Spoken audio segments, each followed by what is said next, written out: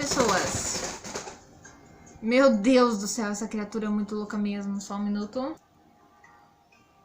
Desculpa, essa criatura aqui, ela tava louquinha pra subir na minha cabeça e subiu e depois resolveu que não queria mais, né? E ela tá dando trabalho mesmo, por isso tá participando aqui do vídeo. Fala oi. Então, mas faz parte, porque esse vídeo é a segunda parte daquele vídeo sobre comunicação não violenta. E vamos prosseguir para o terceiro passo. Se você não viu os primeiros dois passos e o que é a comunicação não violenta, assista ao vídeo anterior, tá aqui na descrição, aí depois você volta para esse. Mas o terceiro passo dessa comunicação é a questão das necessidades. Sim, das necessidades. Se o Bob pudesse falar aqui comigo, ele diria: eu tenho necessidade de atenção, eu quero ser visto, eu quero me sentir fazendo parte de tudo isso. E aí ele tá aqui, ó, sendo visto, ouvido, tendo o seu cantinho, o seu acolhimento, o seu carinho, tudo isso é necessidade humana, tá? Então, lembra que eu falei no outro vídeo que esses passos estão todos vinculados e que acontecem mais ou menos juntos? Então, a necessidade, na verdade, é resultado do seu sentimento, ou ao contrário, né? O sentimento sempre está vinculado a uma necessidade. Por exemplo, essa postura é de susto e atenção, porque o meu pai espirrou lá na sala. E sim, você quer participar? Então você vai ser um exemplo agora, tá? Olha lá, o meu pai espirra e ele fica preocupado, né? Porque a calopsita é um ser muito sensível a sons, a barulho. E é um ser muito fácil de se assustar e ele tem medo de espirro. Então, esse medo vem da necessidade dele de segurança. Né? Então, tá vendo que ele foi esconder atrás do meu cabelo? Foi a busca por segurança dele, né? Por um ambiente acolhedor às suas necessidades, né? Essa criatura aqui não gosta de rock pesado. Por quê? Porque o rock pesado tem uma bateria que assusta ele. Então a gente tem que levar em consideração essa necessidade de um lugar mais silencioso e sem coisas muito surpreendentes, como é o rock, infelizmente, porque eu adoro. Mas vamos lá. Então a gente precisa aprender a entender os sentimentos e as necessidades, porque a gente só vai conseguir resolver essa questão desses sentimentos se a gente souber qual necessidade que ele está falando sobre, né? E aí a gente tem que expressar esse sentimento de forma clara e pessoal e honesta, tá bom? Porque como a gente vai se conectar com o outro se a gente não for honesto com o outro? E como a gente vai se conectar se a gente mesmo não está falando do nosso pessoal, se a gente está falando de uma forma geral? Não! Vamos nos permitir ser quem somos, sentir o que sentimos e ser vulnerável, sim, tá? Porque é através disso que a gente vai despertar a empatia do outro, tá? O número de psicopatas no mundo não é tão grande quanto parece, viu? Psicopatas são a minoria das pessoas, a minoria mesmo, tá bom? E quando a gente expressa as nossas necessidades humanas, os nossos sentimentos, com toda a nossa pessoalidade, né, com a nossa honestidade, dificilmente o outro vai se afastar de nós, porque ele também tem essas necessidades, esses sentimentos. Isso faz com que a gente tenha empatia pelo discurso um do outro. Então é por isso que a comunicação não violenta funciona. Depois eu vou dar uns exemplos claros, né, de tudo isso.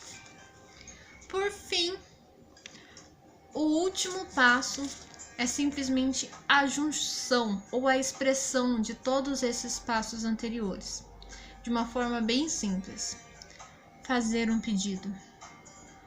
Porque quando a gente faz uma ordem, quando a gente se expressa em forma de ordem, é fácil o outro falar não. Por quê? Só porque você está mandando? Não, então a gente tem que fazer um pedido.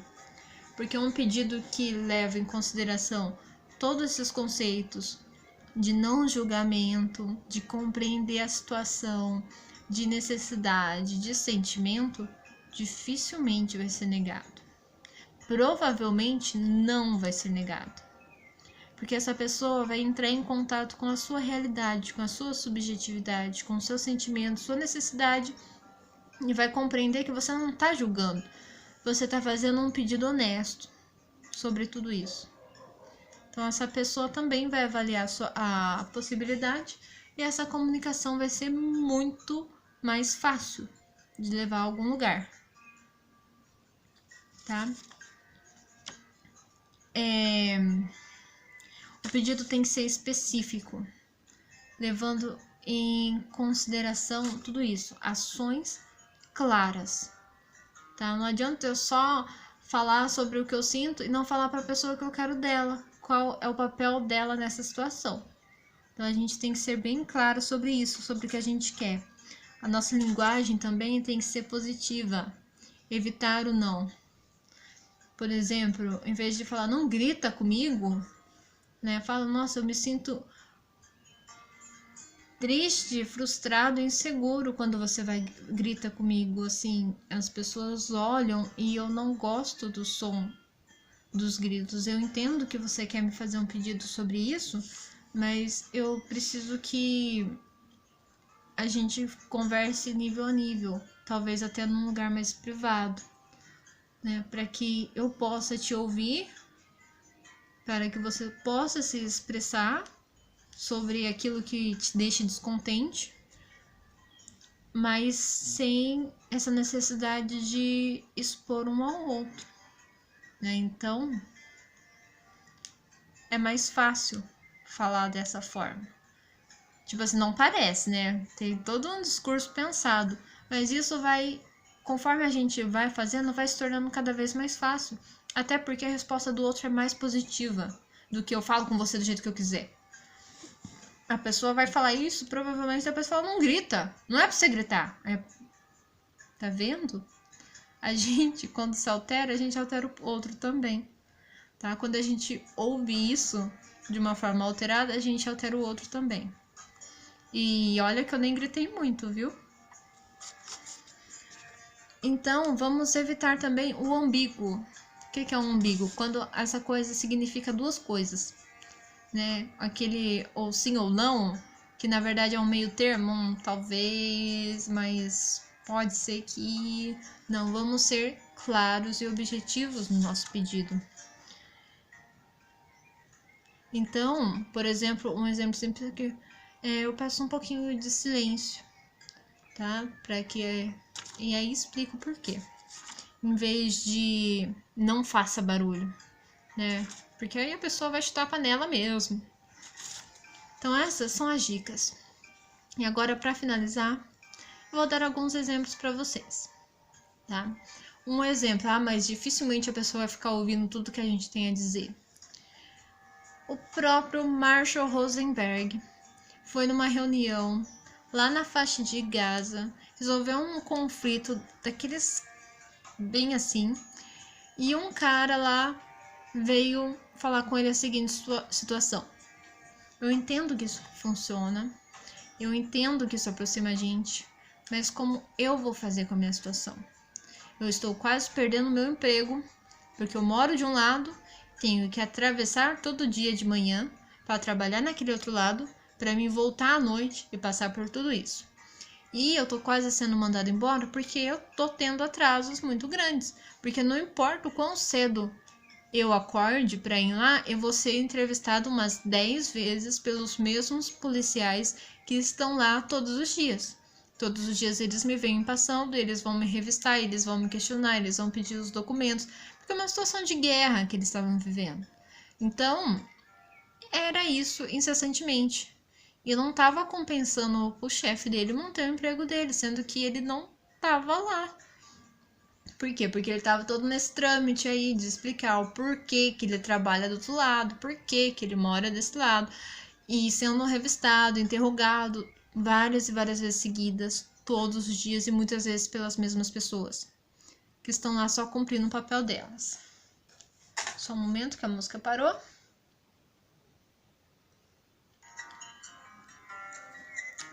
E qual que foi a ideia E o cara falou, olha, não tem uma solução. Você tá falando que é impossível uma conexão com essas pessoas, porque elas estão fazendo um trabalho e você só quer fazer o seu. Mas procure achar essa comunicação. E o cara pensou e começou uma estratégia.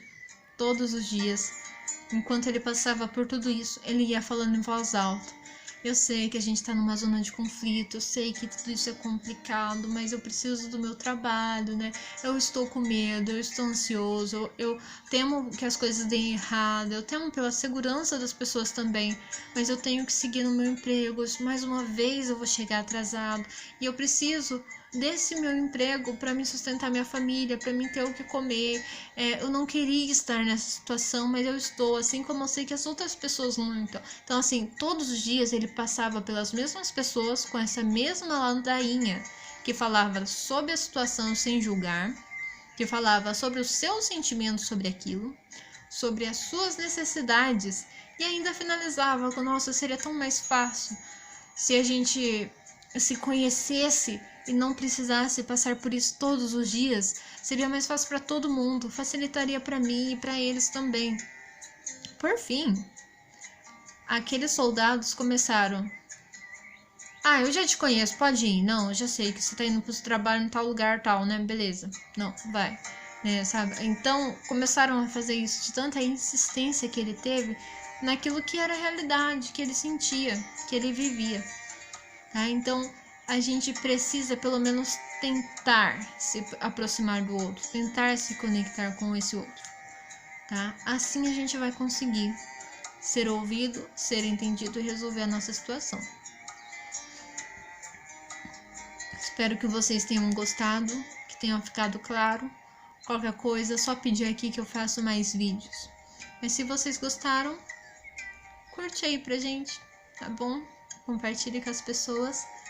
E desenvolva a comunicação não violenta, porque ela vai fazer muita diferença em sua vida, em todos os setores. Muito obrigado, até a próxima!